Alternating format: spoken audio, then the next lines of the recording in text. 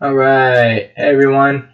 So today we will be going over Dynamo. So Dynamo is basically Grasshopper, as Grasshopper is to Rhino, Dynamo is to Revit. So it's a node-based scripting program tied in directly to Revit. We'll open up our file or our template. You can get started. So Dynamo should be integrated into your Revit environment. If not, you can download it from online and install it, and it will come up under your add-ins tab. But should all be integrated, and it should be under the Manage tab all the way to the right. Under Visual Programming is Dynamo. So let's click that to begin. So like I said, it's node-based scripting software. It's a little different in terms of layout and how it runs from Grasshopper, but the entire principle of the software is the same. So we hit New. It'll open up a new page. And then you come to this browsing window. So this is your workspace. On the left are all of your tools. So like Grasshopper has all the tools up at the top. Dynamo has all their tools under on the left. And if you click down, you can find different functions, different geometry tools, and the like. Personally, I always search for stuff because I find that the organization of Dynamo is a little bit less intuitive than Grasshopper, but it is what it is. So those are all of your tools. And then at the top, you have your typical file, edit, all that good stuff. And then you have what we call packages, and we'll get into that a little bit later. But just like you can download plugins like our Cocoon or our paneling tools for Grasshopper, you can download different plugins under these package toolbar, which we will do in a moment. And then settings. Settings isn't really that big of a deal. You can do some formatting stuff if you want. Down at the bottom left, down here, is this drop down between automatic and manual. So automatic automatically runs the script. So like in Grasshopper, where you can pause or stop the simulation from running, this is the same thing. So if you're on automatic, it's automatically going to run and generate. If you go to manual, then it'll pop up with this little run toggle, and it will not do anything until you hit run. So if you start plugging in stuff and they're all yellow or they're grayed out, make sure that you come down here and hit run. Otherwise, it's going to look like it's not working. For what we're doing today, automatic should be fine, but if you're doing really big scripts with a lot of computing, always switch over to manual. At the top right over here is your typical move, zoom, all that good stuff. But there's these two toggles that are a little unique. So the one on the right is what we're in right now. This is your script environment, your script drawing space. That's where you can manipulate all of the nodes and all the actual script itself.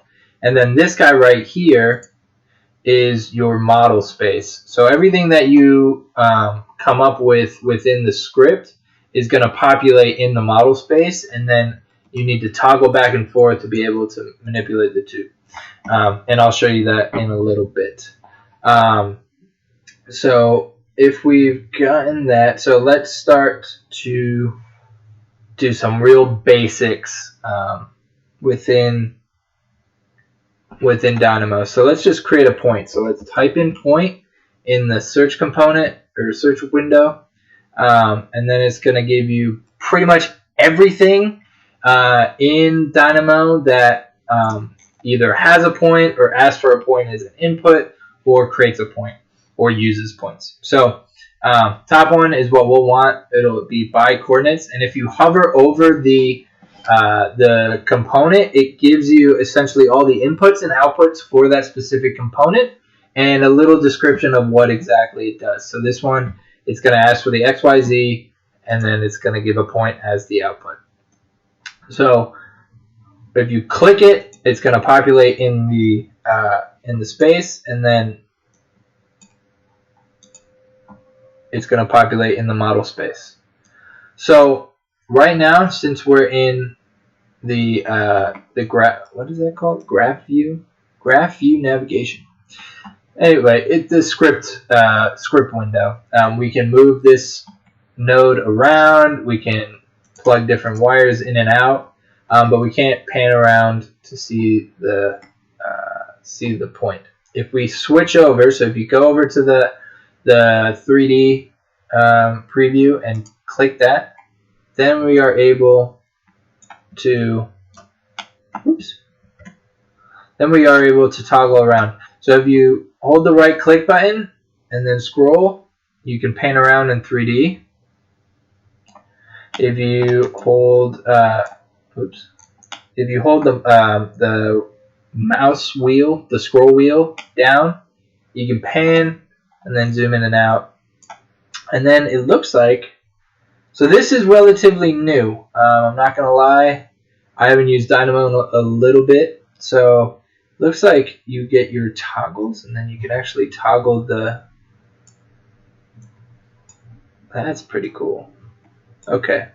And then it looks like if we go back to our script window, it looks like it's created number sliders for us. All right, that's pretty cool. So let's go ahead and delete these because I want to show you what it is. So like I just showed you, there's number sliders, just like there are sliders in Grasshopper. So there's two types. So if we type in integer, number slider will give us decimal point value slider.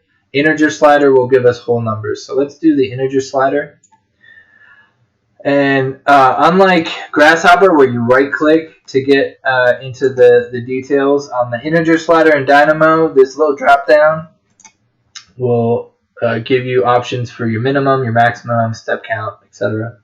So if we take this and plug this into X and then start manipulating it, you can see it starts to move the mouse or move the point around. Some of you who are much more familiar with Grasshopper probably want to try and double click.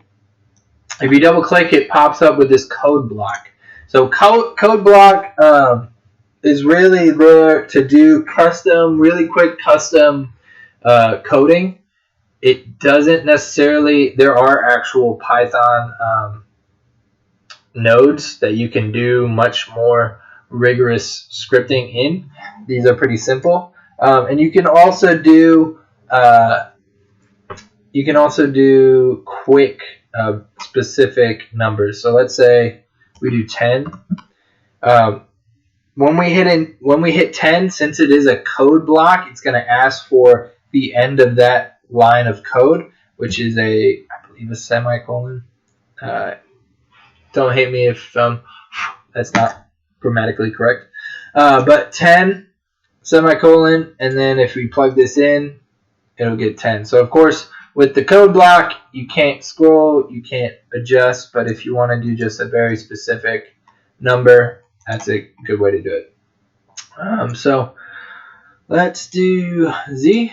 All right, so now that point is in the model space, and if we minimize the window, the Dynamo window, don't close, but just minimize.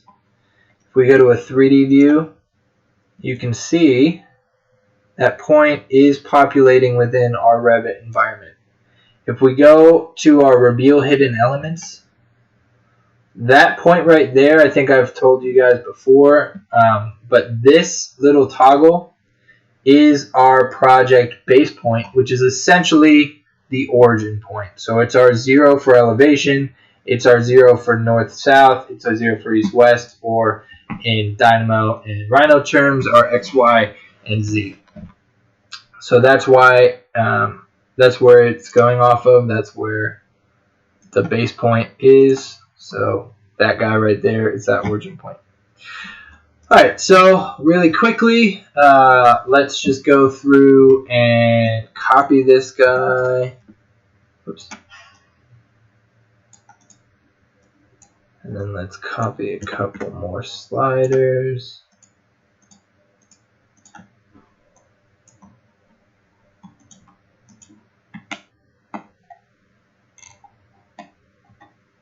Oh, that guy went real far up. Let's cut this guy down a little bit. Alright, so now we have 2 points. Really quickly, let's just do a line. So let's type in line by start point, end point. That is what we want. So we want a start point and an end point. And there we go. And now we have a fully adaptable line. Okay. So this is all well and good, but you're probably thinking, what does this have to do with Revit? Well, great question. So if we minimize this like you had with the point originally, that line populates in Revit, but it's this blue. And any blue geometry is not editable within the Revit environment, the project environment at least. So the only elements that are editable within Revit are 3D geometry. So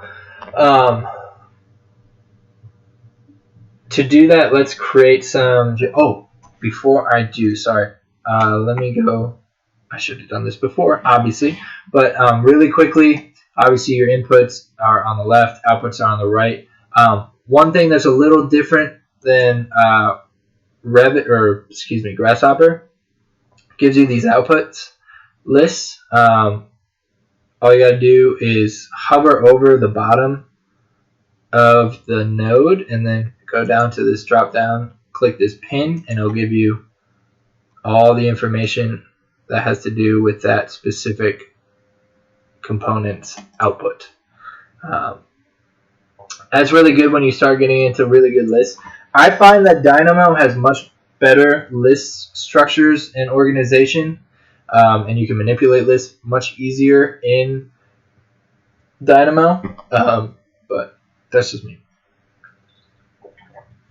So let me show you how to take actual 3D geometry built in Dynamo and import it into Revit.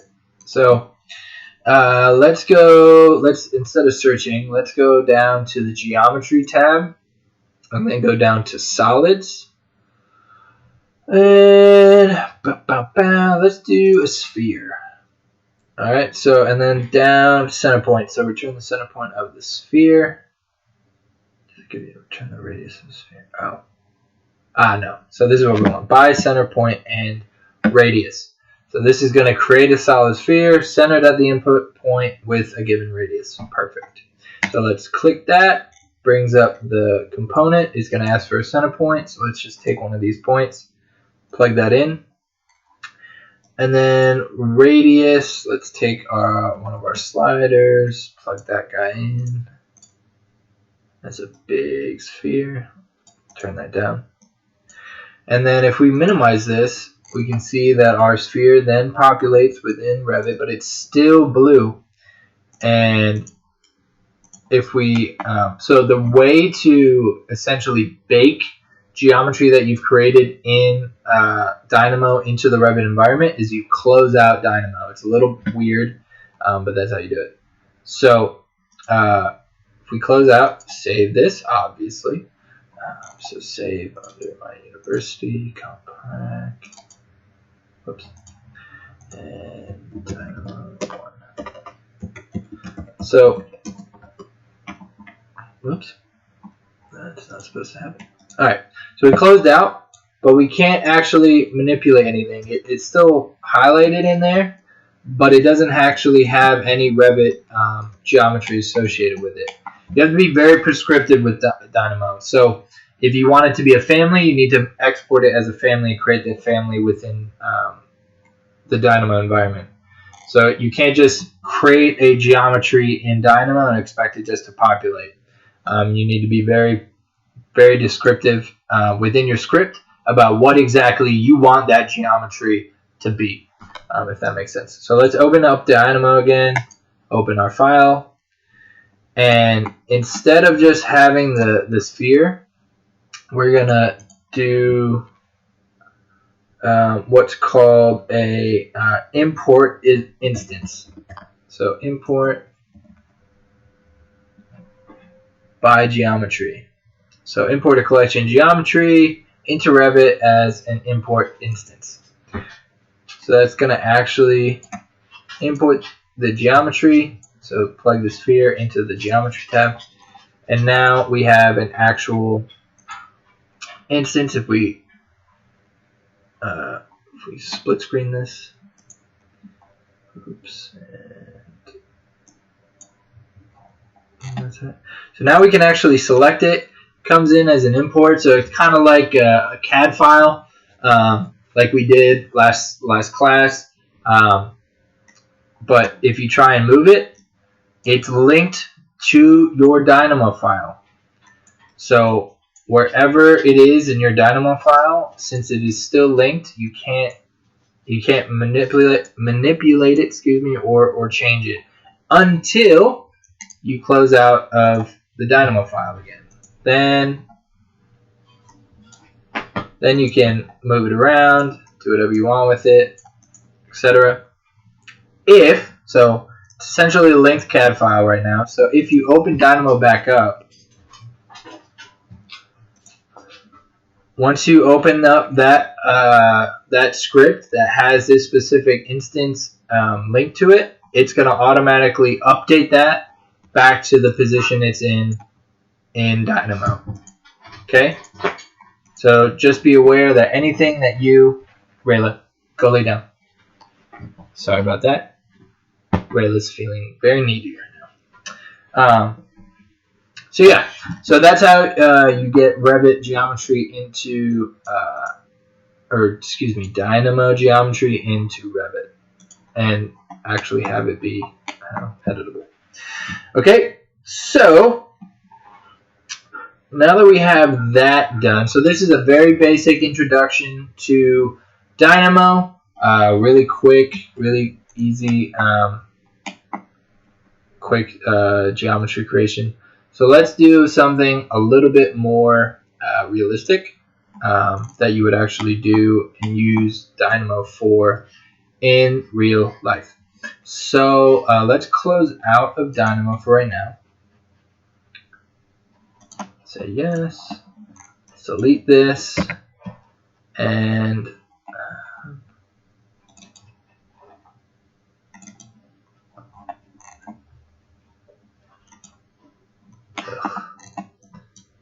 I hate that that's still in there, but that's okay. So let's ignore all that stuff for right now. Let's go and let's move our roof level in our north elevation up to like 50 feet. And then 20 feet is good for level 2. Okay. What we're going to do is create a conceptual mass. And then using that conceptual mass, we're going to essentially build a diagram manually. And then I'm going to show you a shortcut on how to do that using one of the plugins. So let's create that conceptual mass. Go to massing and site, do the in-place mass.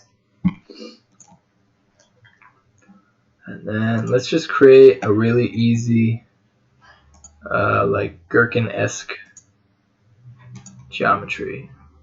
So let's put one on level 1, change our reference plane, replacement plane. Let's do one on level 2, change it to roof.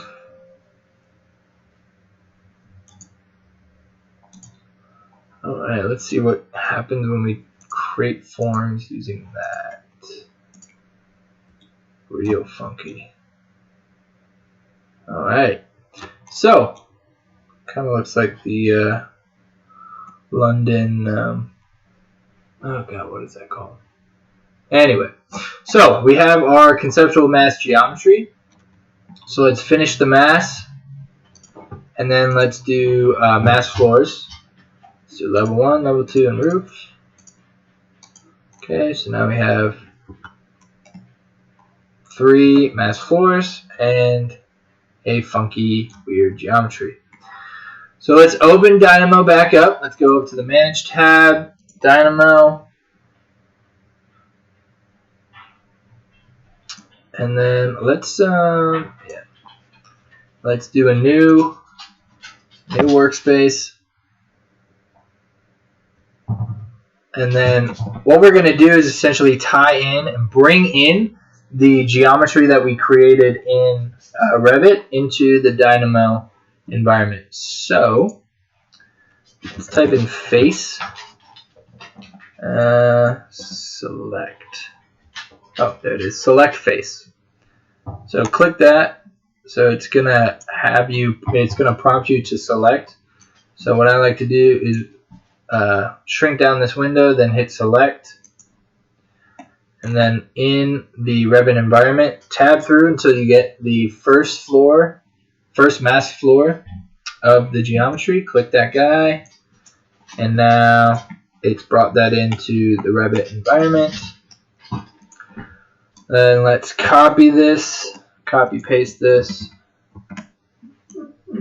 and do the same thing for the next floor. Tab in, click that guy, and then do the same thing for the top. Paste. There you go. Alright, so we can maximize this again and go up. So now we have 3 floor levels essentially.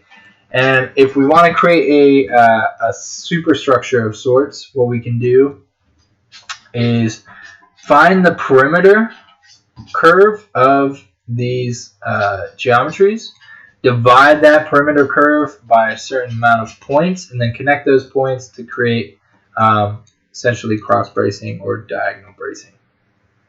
So get it into a good position in the model space, then go back to your script space. And what we want to do is use the perimeter curve. Well, we'll find it. Surface. So type in surface perimeter. Oops.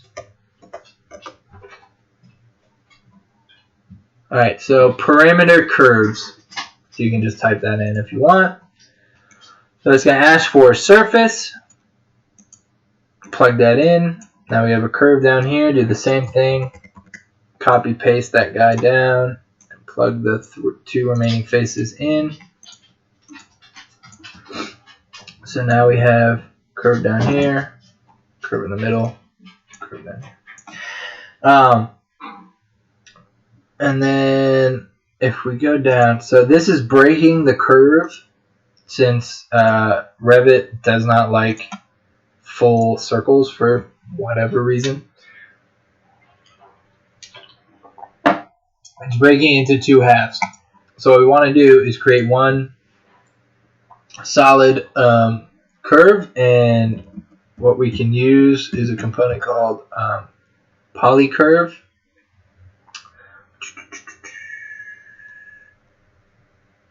And we want to create the polycurve.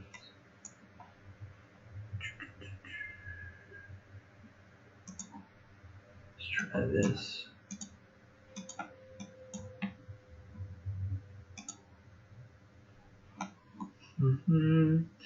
Like I said, it's been a little while. Huh.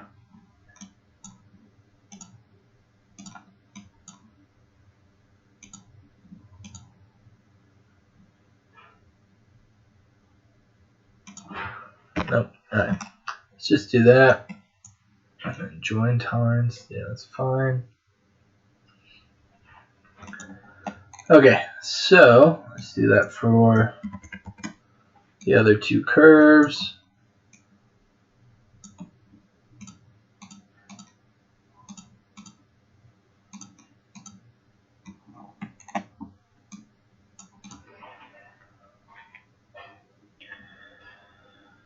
And then so we need to take this curve and divide it. So type in divide.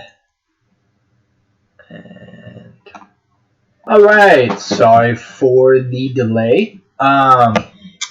So this is another reason why I don't like Dynamo, is because they are constantly editing, moving, changing tool names and locations, and for some reason they have deleted their divide curve segment, equal segment. I even looked it up to make sure that it actually did exist, and it did at one point, and now it does not. So there's a shortcut, and this is a shortcut that I was going to show you later on in the tutorial, but since we are at an impasse, I'll show you now. So at the top, like I mentioned, these packages, they're like plugins, and to find one, you do search for a package. So it's bringing up this server with all of these different tools, and then once that comes up, we'll be searching for Lunchbox. So if we type in Lunchbox, once it connects, we'll be able to download. So Lunchbox,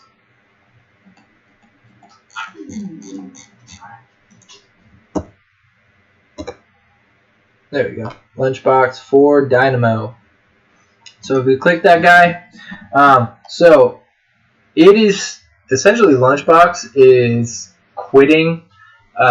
It quit actually in 2018, updating their stuff. They are rolling it into Grasshopper, and the reason they're doing that is because Grasshopper now has, in the new Rhino 7 update, which is still in a beta testing, some of you may have seen in my Instagram story, but they are integrating Grasshopper into, well, not necessarily integrating, but they are tying Rhino, Grasshopper, and Revit all into each other so that they can speak to each other really easily, really seamlessly, and essentially make the whole tutorial that I did last class obsolete. But for our purposes today, we will download one of the old ones. For some reason, I wasn't getting 2018 8.8 to work. So if you do install the 2018 7.7, just hit OK. Obviously, I already have it.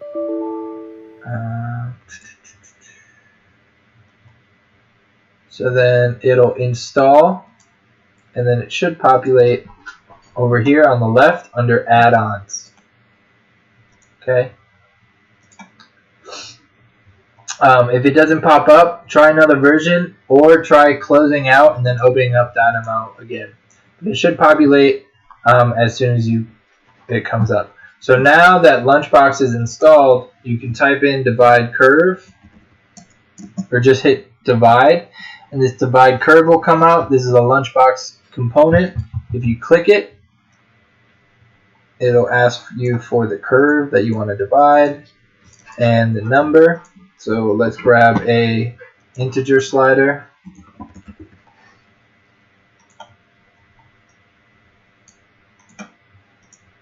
We want this to be a lot more.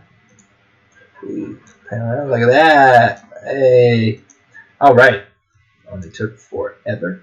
Let's just pull this down to like 10. Make it simple. Copy and paste this guy down.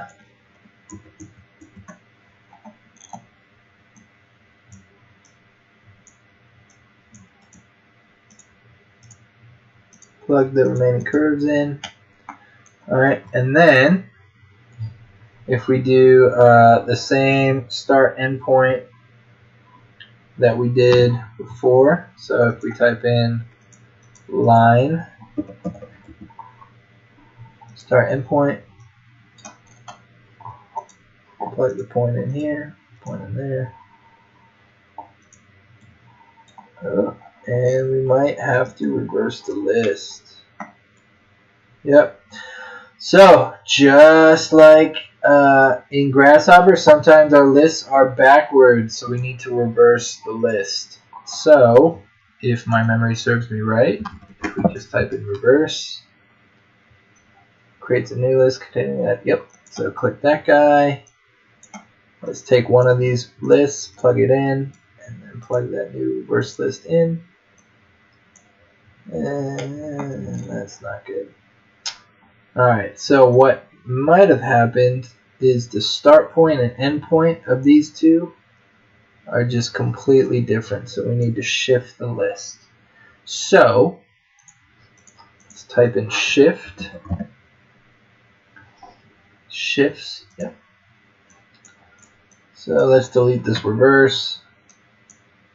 Plug this in.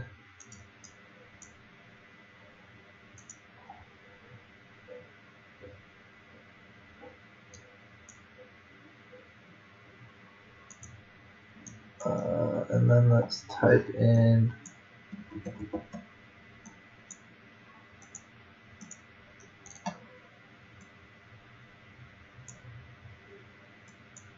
why is this not working? Why can't things just work right the first time?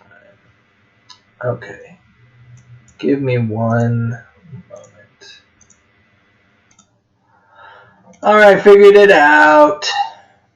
So, the reason why that the shift list was not working is because if we look up that shift component again, and we plug in our points, we do our drop down, and then we do our copy and paste that integer.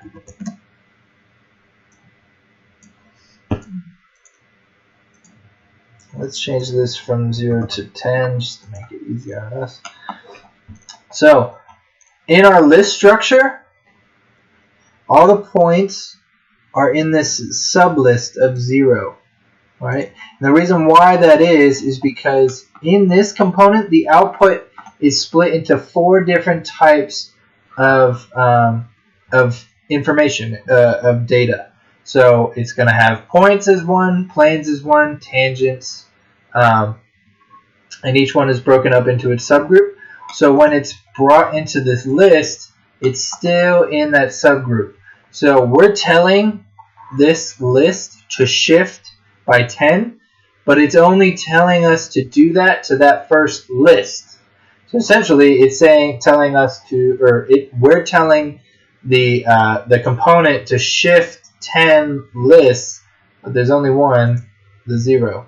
So what we need to do, there's a way to kind of go down into the sublist and shift, but for right now, we'll make it really easy on ourselves and just flatten this list out. So if we go in here, type in flatten,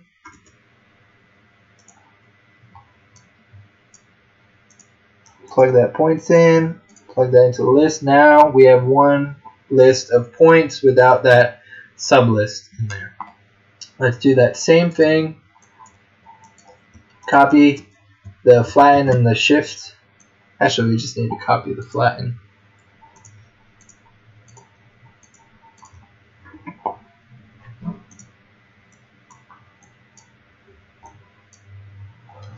And then plug this guy into start, plug this guy into end, and then we can use the shift to find that sweet spot, which is 6.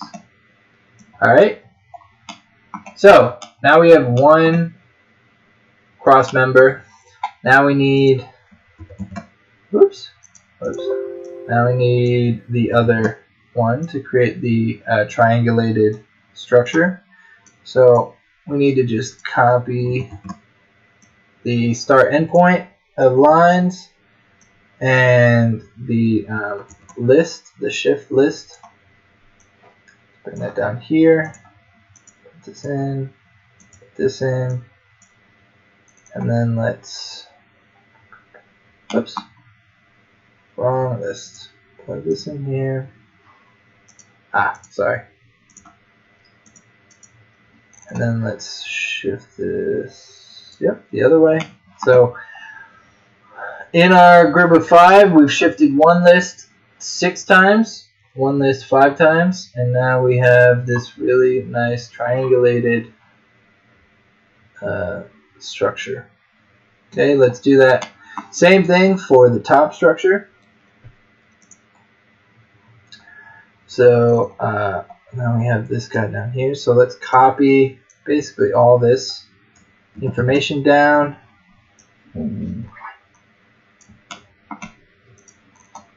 Sorry if you hear my dog. She's being very needy right now. Alright, so this is the this is the middle. So we want to keep that guy in and bring in this guy. And then let's see how that looks. Looks like it's twisted. So let's play around with the shift. Actually, let's delete the second one and get the oops.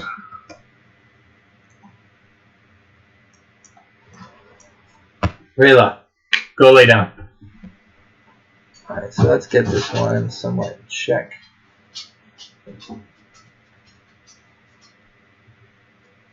Alright, so 8 is the magic number.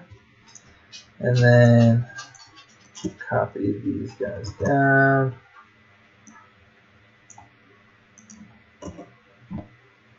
And probably just shift, oops. Just shift this guy over 1. Oop.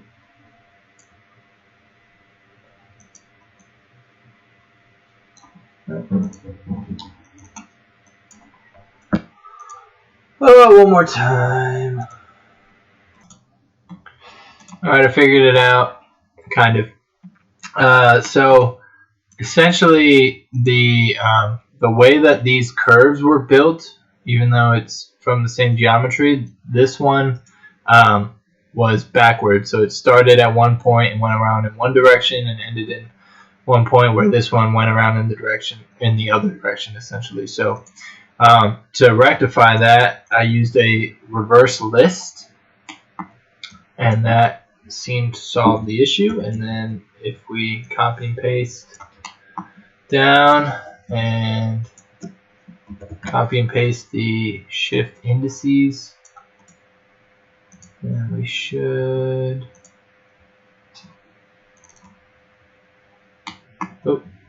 and of course gotta reverse the list. Now if we shift it one way, now we have a triangulated superstructure. Alright, so to do that, so what we could do with that is we could assign structural columns using those, or pipe them to create geometry. For right now, we'll just keep them as lines. And then the other thing I wanted to show you, which is in the lunchbox, so that's to create the superstructure. But, and of course, it doesn't really bend with the form like this one does, but you could create more floors in there and get the facets to form more smoothly with the curvature. But the other thing that we can do, that's how to manually set up a triangulated structure. One way to easily do it, this is kind of the shortcut, is to use the Lunchbox tool. So under Lunchbox, under Geometry, there's a Panel tab, and if you click that, then it allows you to create any type of panel. So these create the panels. There's also Structure, and you can create a diagrid, which is essentially what we just created. But if you click that, there we go.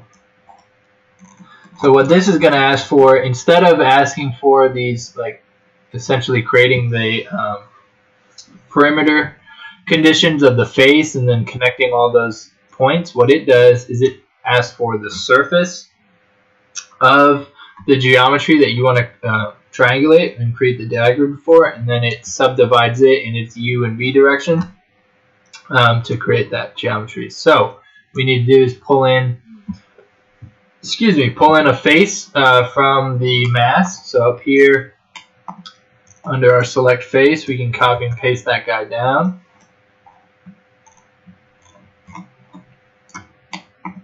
And plug that in, and then instead of the mask floor, what we can do is actually select one of the outer surfaces of the form. And now it has imported that surface into the Dynamo environment. And then we can just plug in a couple integer sliders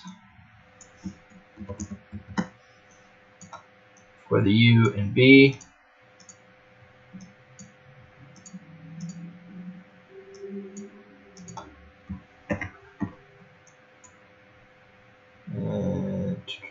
And then this is asking for a Boolean. So Booleans, like you should know from Grasshopper, are true-false statements. So set that Boolean. So this gives you that digrid completely formed to the form. And we can adjust the spacing of it here. Now this gives us the curves, the actual lines of the digrid, and the points of that digrid, so you can extract both the lines and the nodes from this specific component. If you wanted to actually create panels, what you could do is go back into the Lunchbox tab, go under Geometry, and then Panel, and then do a similar one to the U and F. This is going to create a quad. And then same thing, gotta put in a Boolean.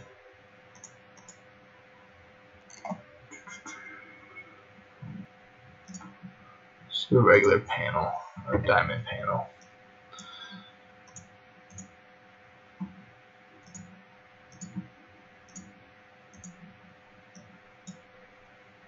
There we go.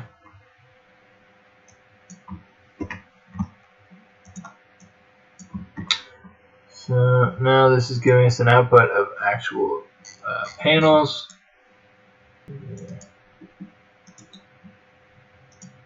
There we go. Sorry.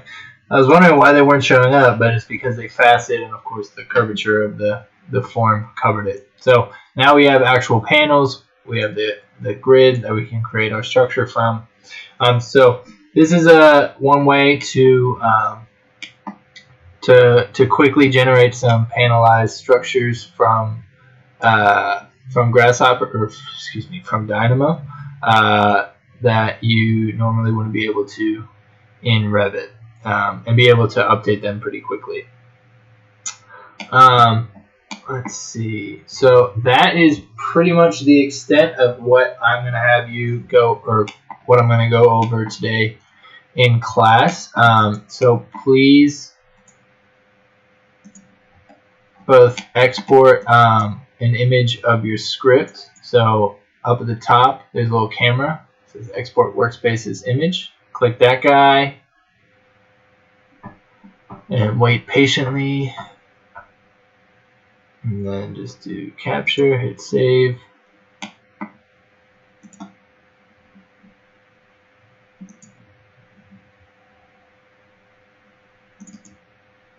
So submit this and a screenshot of your modeling workspace for attendance, and I will post the assignment in class. All right.